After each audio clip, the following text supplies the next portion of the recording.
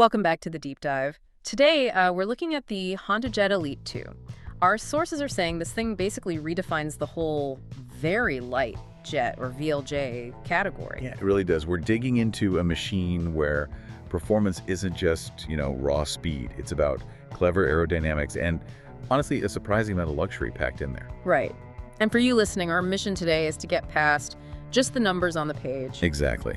We want to understand the sort of three big pillars: performance, luxury, and this advanced pilot automation. And critically, how they all fit together, how they compound, right? To make something that feels like it's in a class of its own. That integration is the key. Yeah, we're looking for those aha moments, like how does this jet fly so fast and so far, like a bigger plane almost, but keep the running costs down and give you this super quiet, fancy cabin. It's a deep dive into innovation, really. Let's unpack it. Okay, let's start with performance, where the action is. The core specs are pretty eye-popping right away. Max cruise speed, 422 knots, true airspeed, KTAS, that is quick. Very quick for a VLJ. And they're pushing high, too. Max cruise altitude is flight level 430.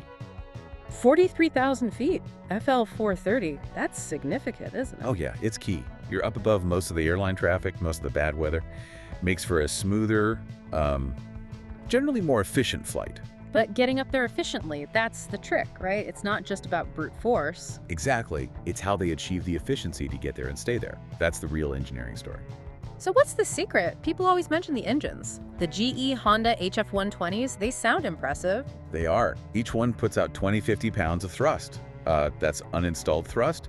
Interestingly, they're actually deer-rated a bit, down from 20-95 pounds. Deer-rated, why do that? Well, it's often an engineering choice for reliability. You're not pushing the components quite to their absolute limit. It can mean longer engine life, more time between overhauls, better uptime, basically. Okay, makes sense. But you were saying there's more to it than just the engines. Oh, absolutely. The real game changer here, the thing that enables both the performance and the efficiency, is that unique over-the-wing engine mount design, the OT-WIM. Ah, yes, the signature look of the HondaJet. Engines perched on top of the wings, not slung underneath or stuck to the back. What does that actually do for the plane? It's all about the airflow, aerodynamics. Putting the engines up there means you don't need those big, bulky pylons attaching them to the fuselage, which create drag. Right. And it lets the wing itself have a much cleaner, smoother airflow over its surface, more laminar flow, less turbulence. Less drag means you need less power to go fast. Or you can go farther on the same fuel. Both, essentially. You burn less fuel to achieve high speeds and cover long distances. It's, Honda applying some of that Formula One aerodynamic thinking to aviation. Very clever. That makes total sense. Less resistance equals better efficiency, better range. So what does that look like in, practical terms? How far can you actually go? Okay, the key number everyone looks at is the NBAA IFR range. For the Elite II, with 4 people on board, it's 1,547 nautical miles.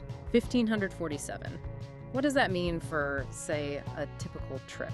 Well, for you, the user, it means you can realistically do nonstop flights that a lot of other VLJs would struggle with. Think New York down to Miami, no problem. Or maybe London over to Athens, comfortably, efficiently. And I saw they increased the fuel capacity and the gross weight allowance, too. So that adds even more flexibility for different missions. Exactly. It ties performance directly to value, lower operating costs, because it's so efficient. That really leans into Honda's whole philosophy about efficiency and, being mindful of the environment, too. Right. And despite all that range and speed, it can still get in and out of smaller airports, can it? Short runways? Yes, remarkably so. Thanks again, partly to that advanced wing design. Takeoff distance is just under 3,700 feet. Landing distance is even shorter, around 2,700 feet. Wow. That ability to use smaller, maybe more convenient airfields, that's huge flexibility for business jet operators. It saves time. Okay, so the performance is clearly top-notch, enabled by some smart design. Let's switch gears now. Leave the cockpit for a bit and step into the cabin. If the OQN gives us performance, what does it do for the passengers back there? The materials talk about a holistic approach to comfort. Right, and this is where that OTWM design pays off again, but for luxury. because the engines are up on the wings, farther from the fuselage. Ah, the cabin must be quieter. Significantly quieter. The sources mention improved acoustic treatments all through the cabin. It really cuts down the noise, makes it easier to relax or, actually get work done. So we're talking the difference between trying to shout over engine noise and actually being able to have a normal, quiet conversation or meeting at 43,000 feet. Precisely. And they carry that focus on the sensory experience through to the seating, too. Right. It's usually an executive club setup, nice contoured leather seats, two-toned. They swivel, they articulate, designed for comfort on those longer 1,500-mile legs. But the thing that really jumped out at me, the sort of unexpected luxury, was this talk about speakerless audio. What's that about? Yeah, that's pretty cutting-edge stuff. They're looking at integrating a system that doesn't use traditional speakers. Instead, it uses transducers, kind of bonded to the cabin's inner structure. So the cabin itself makes the sound. Essentially, yes. It creates this really immersive, high-quality sound experience throughout the whole cabin, but without any visible speakers cluttering up the design. It's aiming for acoustic perfection, almost invisibly. That's wild. Especially in a jet this size. The interior dimensions are, what, about 17.8 feet long, 5 feet wide, just under 5 feet high? It sounds like they make it feel bigger. They do. Clever design helps. Like take the lavatory, for instance. Okay. It's fully enclosed, which isn't always standard in the smallest jets, but it's also described as bright and airy, partly because it has ceiling skylights. Skylights in the lavatory on a jet. Yep, skylights. Definitely an unexpected touch of luxury in this category. That's amazing. A Yeah. bathroom with a view of the sky. Huh, yeah. And there's a practical side to it, too, that operators appreciate. It has external servicing, meaning the ground crew can service the waste system from the outside without needing to come into the passenger cabin at all. Keeps things clean, saves time during turnarounds, gets the jet ready for its next flight faster. That's smart. Luxury meets practicality.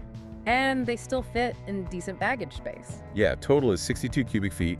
Most of it, 53 cubic feet, is in the back, aft compartment, and then another 9 cubic feet up in the nose. Plenty for executive trips. Okay, so performance, check. Luxury and comfort, check, with some surprises. Now, the third pillar you mentioned, technology and automation in the cockpit. Right. The whole philosophy here seems to be about using tech to make the pilot's job easier and safer.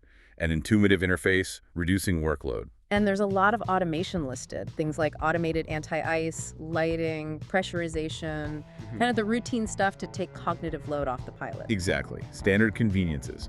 But the one that really impacts performance precision is the auto throttle. Auto throttle, that's not always standard on jets this size, is it?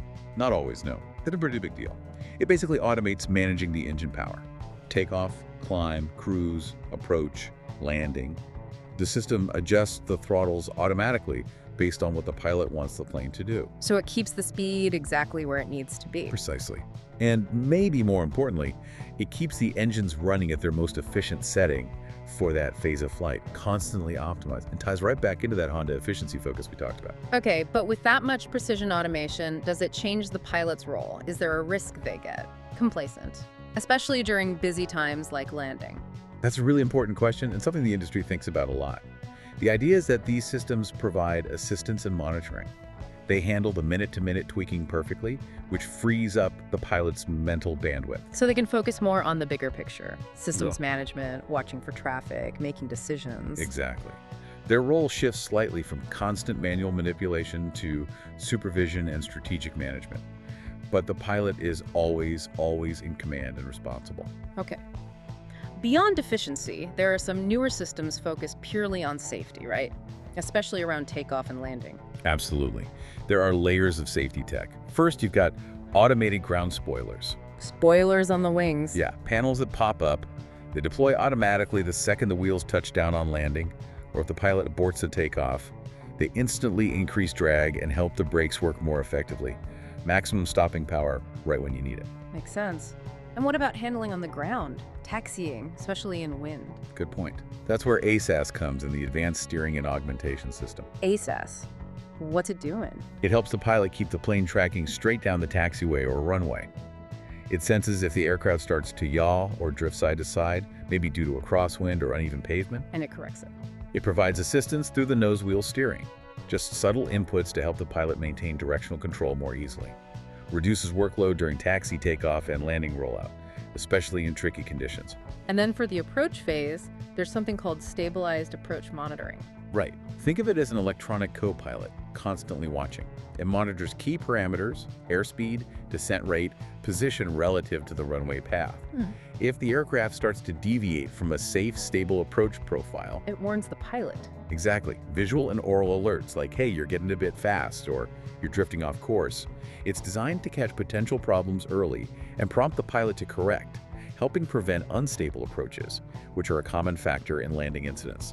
Building safety layers. Okay, layers of assistance, layers of warnings. But the ultimate safety net, the one that really grabs headlines, has to be the Garmin Autoland system. Without a doubt, Autoland is, well, it's incredible. It's designed for the worst case scenario, a pilot incapacitation. So if the pilot can't fly the plane anymore, If the system detects that, or if someone in the plane pushes an emergency button, Autoland can take complete control. It assesses the situation, finds the nearest suitable airport, figures out the weather, talks to air traffic control. it talks to ATC. Yes, it communicates the emergency and its intentions. Then it flies the approach, lowers the gear and flaps, and lands the aircraft. All completely autonomously. No human input needed. Wow. It basically lands itself in an emergency. Pretty much. It's like the aircraft can call for help and then fly itself to the hospital. Yeah. It really represents the pinnacle of this advanced cockpit environment. Innovation never ends, right? Absolutely incredible technology. So if we sort of tie this all together, the real achievement of the HondaJet Elite II isn't just one thing. It's how they've integrated everything, really enabled by that OTWM design. Right. You get that extreme performance, the 1,500 plus mile range, the 422 knot speed, but you also get this surprising level of luxury speakerless audio, skylights in the loop. Yeah. And it's all built on this foundation of really advanced automation. From auto throttle, making every flight phase precise and efficient, right up to Autoland as the ultimate safety backup. And the sources make clear that owning one isn't just about the plane itself. There's a whole global service network, 24-hour support, backing up that integrated experience wherever you fly. It feels like a very complete package. It really does seem that way, Yeah. very thought through. So, thinking about all this, it brings up some interesting points about where piloting is heading, doesn't it?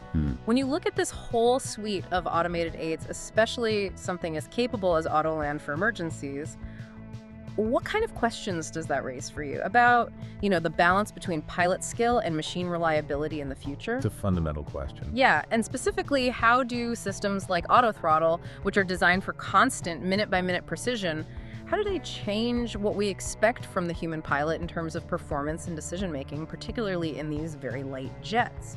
Who or what is really flying the plane? Something definitely worth mulling over.